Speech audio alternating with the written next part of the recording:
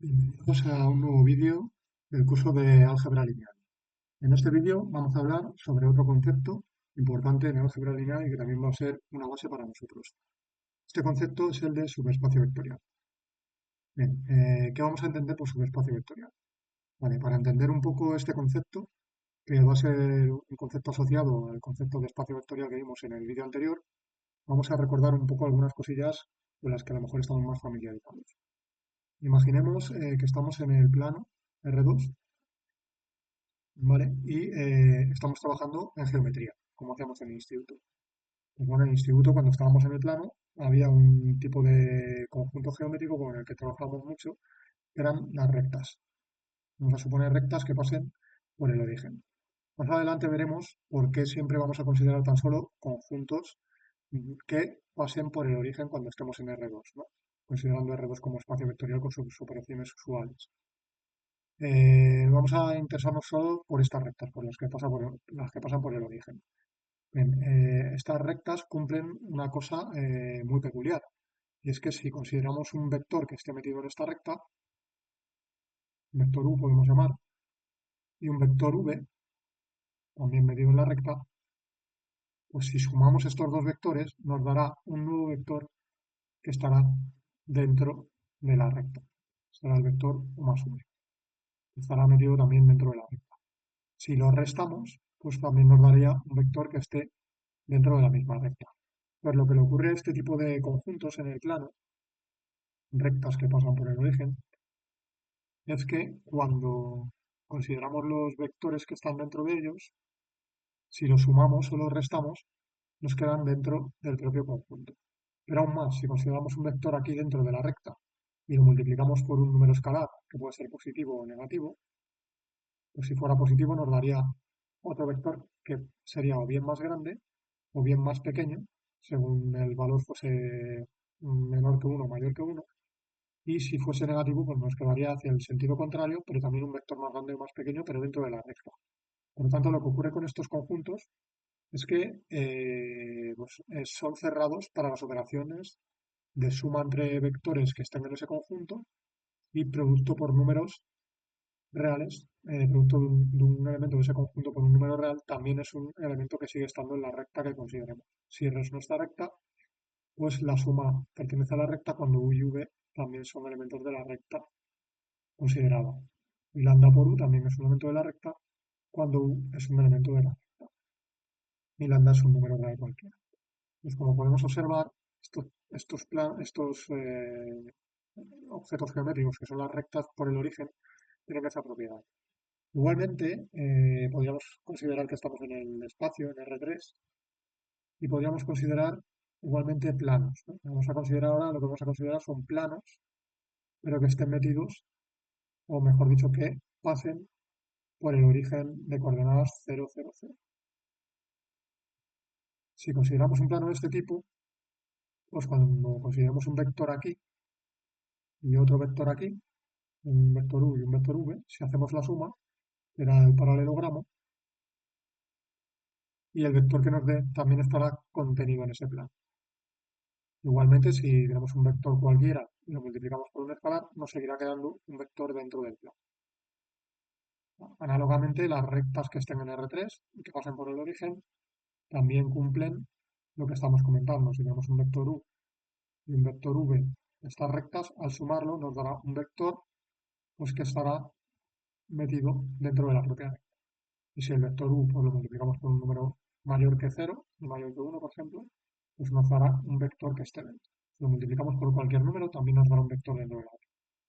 Entonces, estos son subconjuntos, estos planos y estas rectas son subconjuntos de R3 o de R2 que verifican que las operaciones realizadas, o sea, cuando consideramos vectores de ese conjunto, ¿vale? Vectores que estén contenidos dentro de ese conjunto, si los operamos con las operaciones del espacio ambiente, el resultado nos vuelve a dar un vector, pero que sigue estando dentro de ese conjunto. Pues este tipo de subconjuntos es para un espacio vectorial dado, es los conjuntos que nos queremos fijar. Y a este tipo de conjuntos los vamos a llamar subespacios vectoriales. Lo que vamos a hacer ahora es dar una definición formal de esto dentro del lenguaje algebraico que venimos ya hablando desde los dos vídeos anteriores. Vamos a caracterizar también, a través de unas determinadas propiedades, cómo se puede decir o decidir si un subconjunto de un espacio vectorial es también pues bueno, uno de estos subconjuntos que nos interesan, ¿no? Entonces vamos a dar la definición de lo que va a ser un subespacio vectorial. Lo que nos va a interesar es lo siguiente. Si es un espacio vectorial sobre un cuerpo conmutativo K y ese es un subconjunto de E no vacío, ¿vale? Diremos que ese es un subespacio vectorial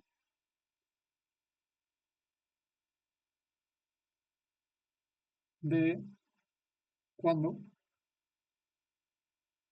al considerar el conjunto S junto con la operación suma, pero restringida a S, y junto con la operación producto, pero restringida a los elementos de K por S, esta terna es un K-espacio vectorial. ¿Esto qué quiere decir?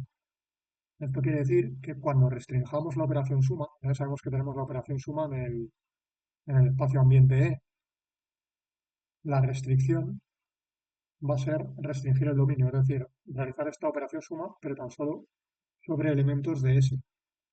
Y esto nos dará un elemento de el producto. También lo podremos restringir. Nuestro producto sabemos que va multiplicando elementos de K por elementos de E, nos devuelve elementos de E. Al restringirlo, pues va a coger elementos de K y los va a multiplicar por elementos de S y nos devolverá un elemento de E. Lo que nos está diciendo la definición es que un subconjunto de este tipo será un subespacio vectorial cuando, al considerar estas operaciones restringidas con S, lo que obtenemos es un espacio vectorial, es decir, esta terna tiene que cumplir todas las propiedades de espacio vectorial que veíamos en el vídeo anterior. Es decir, con la suma tendrá que ser un grupo abeliano, S con esa suma será un grupo abeliano, S tiene que ser no vacío, como estamos diciendo, y el producto tiene que cumplir todas las propiedades que comentábamos en el vídeo anterior. Bien, vamos a hacer una pequeña observación aquí para continuar, y es la siguiente. Claro, la siguiente observación es que, claro, si esto es un subespacio vectorial, si ese es subespacio vectorial,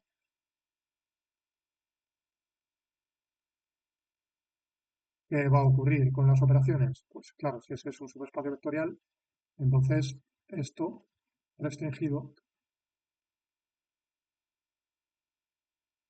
es espacio vectorial, es un espacio vectorial.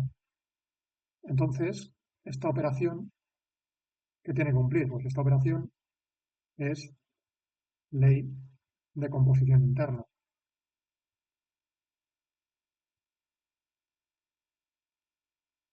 ¿Esto qué significa? Esto lo que significa exactamente es que, claro, cuando tomemos u y v de elementos de S, la suma, restringida a S por S, debe ser un elemento de S.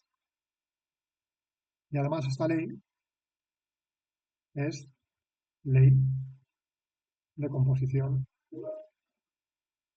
externa. ¿Qué significa esto exactamente? Pues esto significa exactamente que cuando tomamos un escalar y un vector de S, pues el producto restringido tiene que ser un elemento de S. Muy bien. Eh, por otro lado, ¿vale? Vamos a definir aquí un conjunto, ¿no? Se define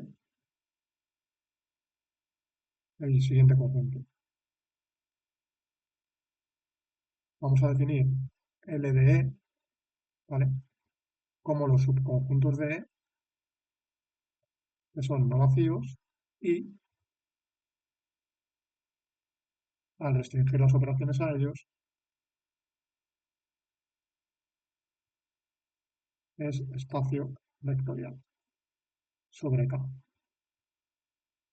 Este conjunto, este conjunto es lo que vamos a llamar, se llama, se llama retículo de subespacios vectoriales D. Es simplemente el conjunto de todos los subespacios vectoriales del espacio vectorial E. Claro, E lo estamos suponiendo sobre un cuerpo conmutativo K, ¿vale? En todos los subespacios vectoriales de E. Bien, ¿por qué lo llamamos retículo? Lo veremos más adelante. El retículo es también una estructura sobre una estructura matemática, ¿vale? Y veremos que va a necesitar de unas determinadas operaciones. Entonces, este conjunto con unas determinadas operaciones va a cumplir o va a tener esa estructura de retículo. El retículo va a tener que cumplir unas determinadas propiedades que veremos más adelante. Bien, entonces para continuar, pues lo que vamos a hacer es ver cómo podemos caracterizar, de alguna manera, cómo se caracteriza a los subespacios vectoriales, ¿verdad?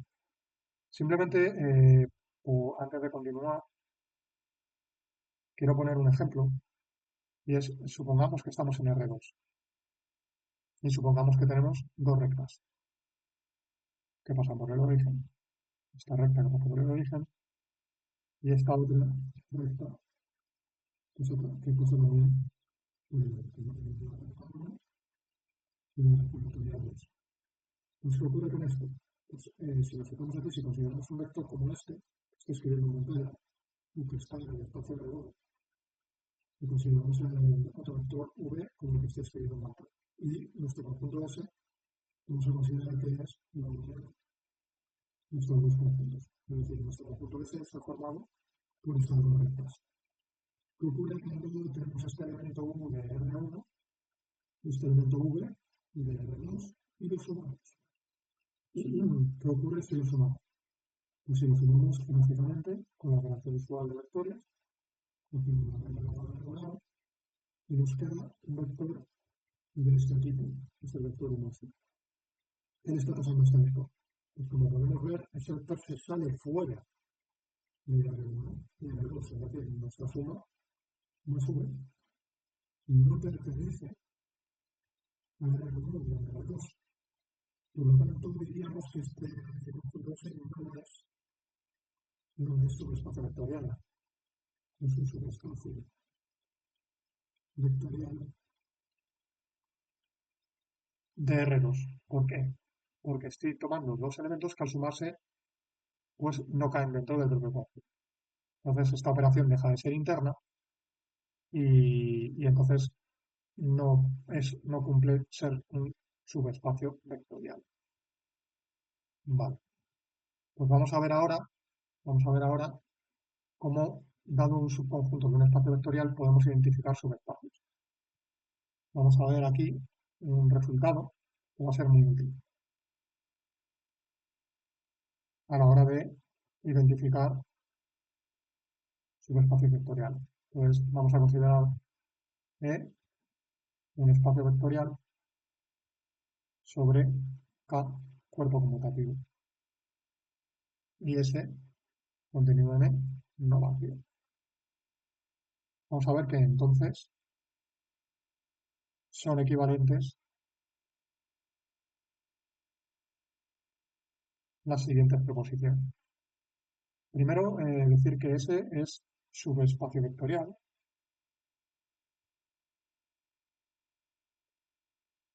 Subespacio vectorial de...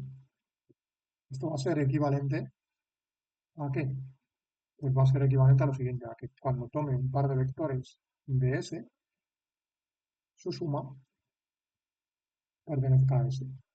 Y que cuando tome un escalar y un vector de S, su producto sea un vector de S.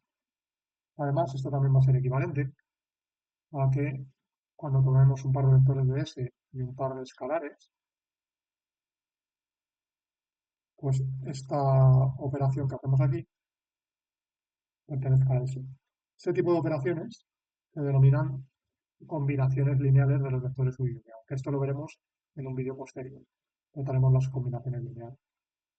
Entonces, bueno, esta proposición lo que nos viene a decir es que decir que ese es un subespacio vectorial es equivalente a decir pues que que se cumple la proposición 2 o la proposición 1, que básicamente es lo que vengo diciendo desde que hemos comenzado con el vídeo, ¿no? Que es que la operación suma en el espacio ambiente sea cerrada para elementos de S y el producto por escalares también sea cerrado para elementos de S. Bueno, vamos a demostrar este resultado. Para ello nos va a bastar primero con demostrar que 1, si se da 1, entonces también se cumple 2. Pues vamos a ver que esto es cierto. Vamos a suponer que S es un subespacio vectorial y si tomamos dos elementos de S. Si U y V son elementos de S, entonces lo que ocurre es lo siguiente, esta suma es la suma n del espacio vectorial ambiente, pero coincide, puesto que U y V pertenecen a S, esto coincide con la suma restringida a S por S. ¿Vale? Entonces, debido a que S es un subespacio vectorial,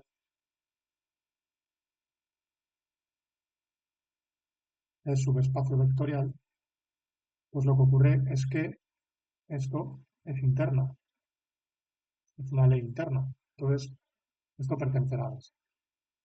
Es decir, que la suma va a pertenecer a S. Por otro lado, si lambda es un escalar y U es un elemento de S, entonces este producto que es el producto en E, el producto por escalares en E, puesto que U pertenece a S y lambda acá, va a coincidir con este producto restringido acá por S. Y puesto que S es un subespacio vectorial, esta restricción es interna. Así que esto también pertenecerá. Por lo tanto, si S es un subespacio vectorial, pues esta cerradura de las operaciones producto y suma del espacio ambiente se da. Vamos a ver ahora que si tenemos esa cerradura, pues también va a obtenerse la cerradura de la combinación lineal. Bien, vamos a suponer que se cumple 2 y ahora sean U y V de S y lambda en U escalares.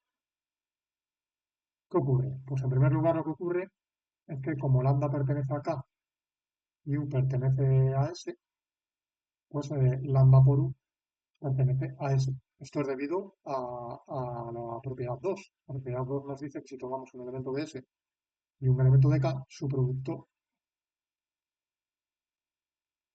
está en S. Más bien, el pertenecer aquí es debido a que suponemos 2. ¿Vale?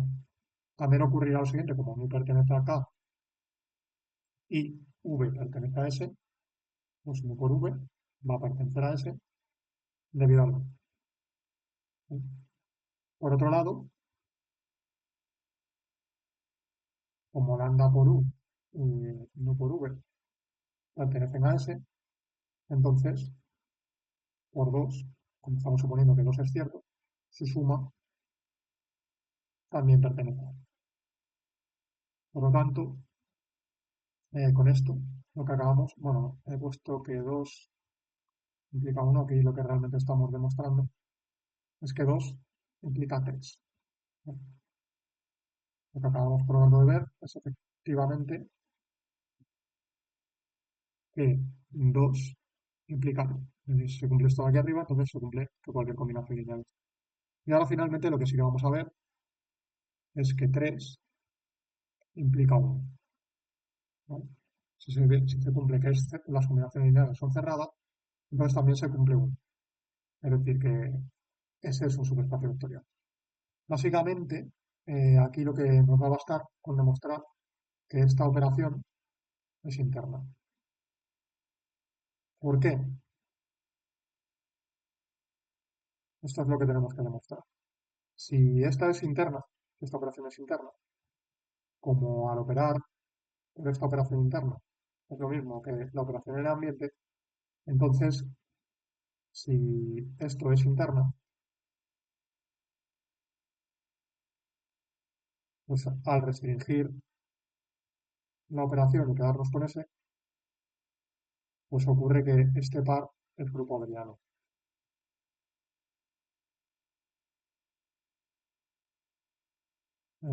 por un lado. Y por otro lado, la restricción esta, también tenemos que ver que si es interna, porque debido a que dado un escalar, este producto coincide con el producto en el ambiente y esto es interna, bueno, es externa, es una ley externa, ¿vale? Y cae en S, es una ley de composición externa cayendo en S, entonces S con esta operación cumple las propiedades de espacio vectorial. ¿Por qué? Porque como el producto coincide con el producto del producto ambiente y el producto ambiente las cumple, entonces este también los va a cumplir. Igualmente con la suma, como la suma del producto ambiente es grupo abeliano y coincide con la suma restringida, pues esto también será grupo abeliano. Entonces lo único que tenemos que ver realmente es que estas dos operaciones sean operaciones internas. Entonces, si tomamos U y V elementos de S, vamos a ver que la suma es interna. Cuando hagamos la suma de S por S de U y V, esto va a coincidir con la suma en el ambiente. Ahora, estamos suponiendo que se cumple 3. Entonces, esto es lo mismo que tener 1 por U más 1 por V. ¿Por qué? Porque E es espacio vectorial. Entonces, esto es igual a U y esto es igual a U. Entonces, aquí, como 1K es un elemento del cuerpo y U y V son elementos de F, lo que estamos teniendo es una combinación lineal. Y como estamos suponiendo 3, que 3 es cierto, pues esto va a pertenecer a S, porque todas las combinaciones lineales de S también pertenecen a S. Por lo tanto, esta ley es interna, ¿no? Es una ley de composición interna, coge dos elementos de S y nos devuelve otro elemento de S. Y ahora, si lambda es un escalar y U es un elemento de S, cuando multiplicamos, pues esto es el producto del ambiente. Y esto, pues lo podemos ver también como, por ejemplo, lambda U más lambda por el vector cero. Ya vimos que como cero es igual a lambda por cero y lambda por U más cero es igual a lambda por U, pues se tendría que esto así. Entonces, como lambda es un escalar y U y V son elementos de S, bueno, es cierto que, disculpad, no podemos asegurar en principio que el cero pertenece. Pero lo que sí que podemos asegurar, lo que sí que vamos a poder asegurar, vamos aquí a borrar esto, porque esto que hemos dicho, este argumento no es el correcto es el siguiente, es debido a que, ¿vale? Podemos tomar el escalar cero, ¿vale? Y multiplicarlo por U. Pero debido a que cero por U es cero, ya que lambda por U más cero es lambda por U, pues podríamos decir que como cero, bueno, que esta igualdad se cumple, y como cero es un escalar y U es un elemento de S, entonces, debido a 3 esto también va a pertenecer a S, porque esto es una combinación lineal de vectores. Por lo tanto, también tendríamos que 3 implica 1. Entonces, hemos visto todas las equivalencias. Bien, vamos a ver ahora cómo esto nos permite distinguir que algunos espacios vectoriales pues son algunos subconjuntos de un espacio vectorial, pues son subespacios vectoriales. Vamos a ver algunos ejemplos, ¿no? Vamos a considerar, por ejemplo, uno de los espacios que habíamos dicho en el vídeo anterior eran las aplicaciones de ANR, ¿no? Vamos a suponer que A, ¿vale? Bueno, que A es R, son las aplicaciones de RNR, ¿vale?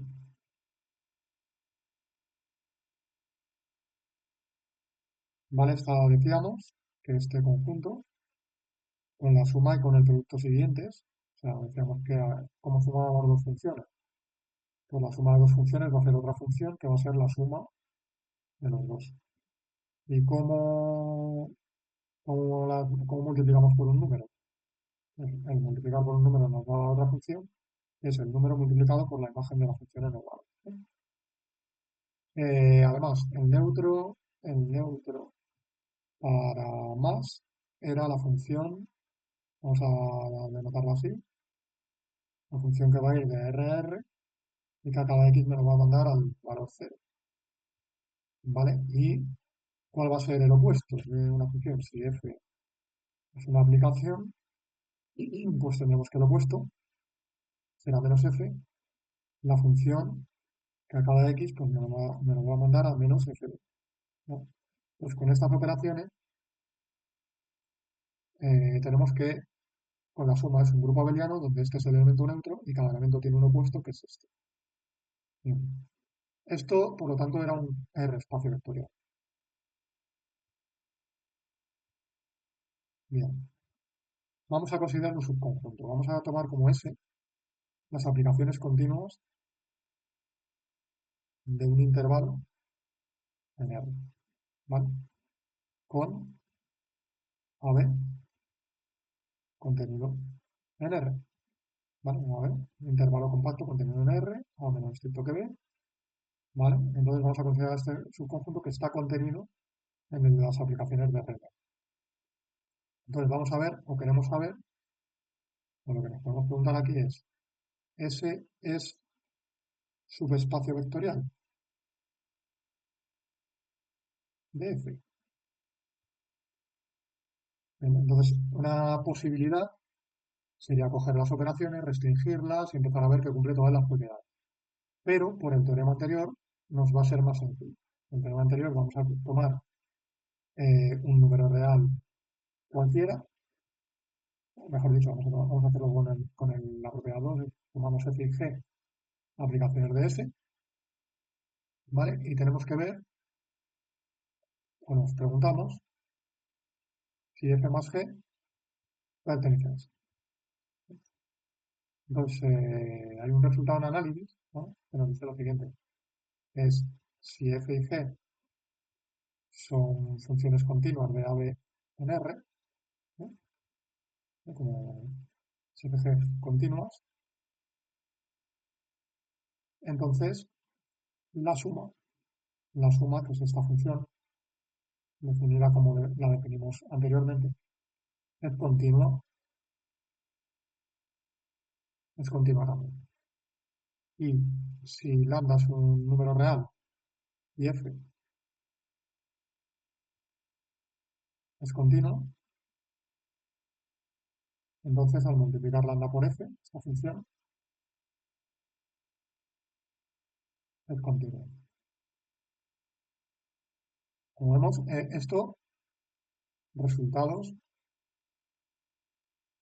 de análisis real de variable real. Son resultados de análisis real de variable real, ¿no? En un curso de análisis se demuestran estos dos resultados. Entonces, teniendo esto en cuenta, en cuenta que esto es cierto, si f y g pertenecen a S, entonces f y g son continuas, y son funciones de AB en R. Entonces, por el resultado anterior, f más g es continua. También f más g es una aplicación de AB en R. ¿Esto qué significa? Que entonces f más g pertenece a las aplicaciones continuas de AB en R, que es nuestro conjunto S, ¿no? Es decir, que se está teniendo que la suma de funciones, tal y como la hemos definido, sí que es cerrada para este subconjunto. Por otro lado, si lambda es un elemento de R y f es un elemento de S, entonces f va de A B a R y es continuo, y lambda es un número real. Entonces, por el resultado anterior de análisis, lambda por f es continua, ¿vale? Y lambda por f, pues también es una aplicación que va de A, B a R. Por lo tanto, lo que se tiene es que lambda por f también pertenece al espacio, a este subespacio de las aplicaciones continuas. Por lo tanto, también lo que estamos diciendo es que el producto por escalares también es cerrado. ¿Vale? Pues con esto lo que acabamos de demostrar por el teorema anterior que hemos demostrado anteriormente, entonces este espacio de las aplicaciones continuas es un subespacio, es subespacio vectorial de las aplicaciones de R. ¿Vale? Pues con esto acabamos de probar un ejemplo. Un segundo ejemplo que podríamos ver es, vamos a considerar, pues, bueno, el espacio este de polinomios y vamos a considerar, por ejemplo, R3 X. Estos van a ser los polinomios de R X cada vez que el grado de P sea menor o igual que 3. Entonces, habrá que ver si esto es un subespacio vectorial, ¿no? Nos podemos plantear, ¿esto es un subespacio vectorial? Pues a ver, si tenemos P y Q, ¿vale? Dos elementos de R sub 3 de X, entonces el grado de P es menor o igual que 3 y el grado de Q es menor o igual que 3. Entonces, cuando lo sumamos, obtenemos pues, un polinomio donde se sumaban componente a componente. ¿Qué puede ocurrir aquí a las malas? Podría ocurrir que P fuese un polinomio de grado 3, cuyo coeficiente director pues, fuese algo así. Que esto fuera A0 más A1X más A2X cuadrado más A3X cubo, ¿no?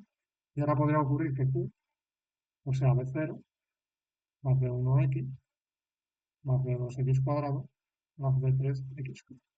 Entonces, si por ejemplo B3 fuese 0, ¿vale? Pues a sumar P más Q, pues lo que me va a quedar va a ser un polinomio que va a tener el grado de P. Si por otro lado B3 no fuese 0 y A3 tampoco, pues el coeficiente de grado 3 va a ser la suma de los dos.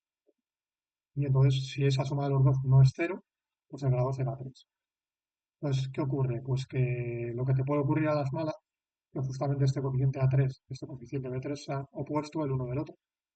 Pues si son opuestos el uno del otro, al sumarlos te da 0 y ya, aunque los polinomios sean de grado 3, la suma sea de grado más pequeño. Entonces, lo que va a ocurrir es que el grado de esta suma es como mucho 3. O sea, realmente es como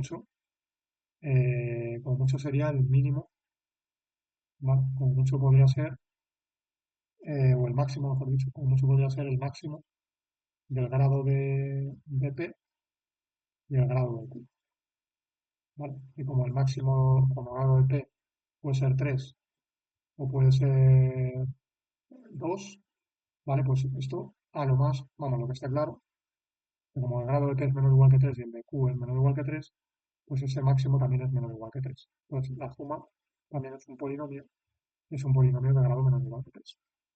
Si multiplicamos por un número real y P es un polinomio de grado menor o igual que 3, entonces al multiplicar lambda por P, lo que te puede pasar es que si lambda es distinto de 0, pues está claro que el grado de lambda por P va a seguir siendo el mismo, va a ser también menor o igual que 3. Si P tenía grado 1, pues será grado 1, si es grado 2, grado 2, si es grado 3, grado 3. Y si lambda es 0, pues lambda por P será el polinomio idénticamente 0 y su grado, lambda por P, es 0, que es menor o igual que 3. Entonces te sigue ocurriendo también que el lambda por P pertenece a R3. Igual que aquí ocurría que P más Q pertenecía a R3. Por lo tanto, de nuevo, estamos viendo que la suma y el producto por escalares es cerrado para las operaciones. Por lo tanto, esto también es un subespacio vectorial.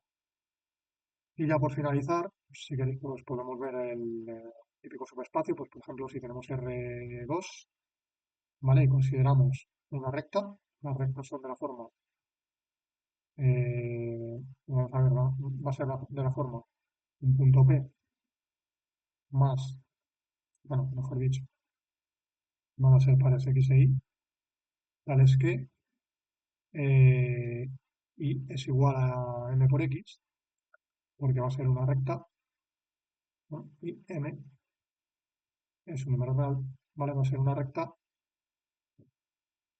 vamos a considerar por ejemplo esto, por dicho R sub M, ¿vale? Perdón, vamos a ponerlo de esta manera, M sub X, y a esto lo vamos a llamar R sub M. Esto es un subconjunto de R2, ¿vale? Pues vamos a probar que esto es un subespacio vectorial también. Si tomamos X e y X' y primo elementos de Rm, entonces lo que va a ocurrir es que Y es igual a M por X, ¿vale? Y prima también es igual a M por X. Entonces, cuando yo sume y más y primo, va a quedar que esto es M de X más X primo. Entonces, ¿qué está ocurriendo? Porque si ahora sumamos estos dos vectores, ¿qué va a ocurrir? Pues este va a ser el vector X más X primo y más Y primo. ¿Y qué está ocurriendo? Que Y más Y prima es igual a M por X más X primo. Por lo tanto, esta suma XY más X prima y prima también es un elemento de R. Y por otro lado, si tomamos un número real y XY un elemento de R, M, ¿vale? Entonces, ¿qué ocurre? Que como XY pertenece a Rm, pues Y es igual a M por X. Y entonces, si es igual a M por X, ¿qué pasará? Pues que si multiplicamos lambda por Y, va a ser igual a M por lambda por X. Y entonces, ¿qué ocurre? Pues que cuando multipliquemos lambda por XY, esto va a ser igual a lambda por X y lambda por Y. Y lambda por Y es igual a M por lambda por X. Entonces, lo que está pasando es que lambda X por lambda Y pertenece a Rm. Bueno, lambda X por lambda Y, ya sabemos que es lambda de X. Por lo tanto, de nuevo, tenemos que el multiplicar por escalares o el sumar elementos de Rm nos vuelve a dar un elemento de Rm. Así que Rm es subespacio vectorial. Hemos visto, por lo tanto, que todas las rectas, este conjunto Rm, hemos supuesto que M es un número real, pues cojamos el M que cojamos, acabamos de demostrar que toda la familia de estos subespacios, o toda la familia de estos conjuntos, son subespacios y lo que estamos considerando realmente los RM no son más que las rectas que pasan por el origen, ¿no? Esta será R1, esta será R1 medio, ¿no? Son las distintas rectas que pasan por el origen. Acabamos de ver que son subespacios vectoriales. Y para ya finalizar del todo, si ahora consideramos el siguiente conjunto de R2, por ejemplo, los que cumplen que x cuadrado más y cuadrado es igual a 1, este subconjunto de R2, que lo voy a llamar S1, no es más que la circunferencia central en el origen. Entonces esto vamos a ver que no es un espacio vectorial, pero para ello es sencillo. Vamos a coger un elemento que pertenezca, aquí por ejemplo el elemento, pues vamos a tomar el 1, 0. Vamos a tomar el elemento 1, 0, que es este de aquí, este vector. El 1, 0 sí que pertenece a ese 1, pero a ver si hacemos 1 cuadrado más 0 cuadrado, nos da 1. Vale, vamos a ver que no es un subespacio vectorial porque si ahora tomamos, por ejemplo, lambda igual a 2 y multiplicamos lambda por 1, 0, esto nos queda 2 por 1, 0, que es el vector 2, 0. ¿Y qué le pasa al vector 2, 0? Pues que cuando hago 2 al cuadrado más 0 al cuadrado, me queda 4 que es distinto de 1. Entonces lambda por 1, 0 no pertenece a ese 1, pero 1, 0 sí que pertenece a ese 1.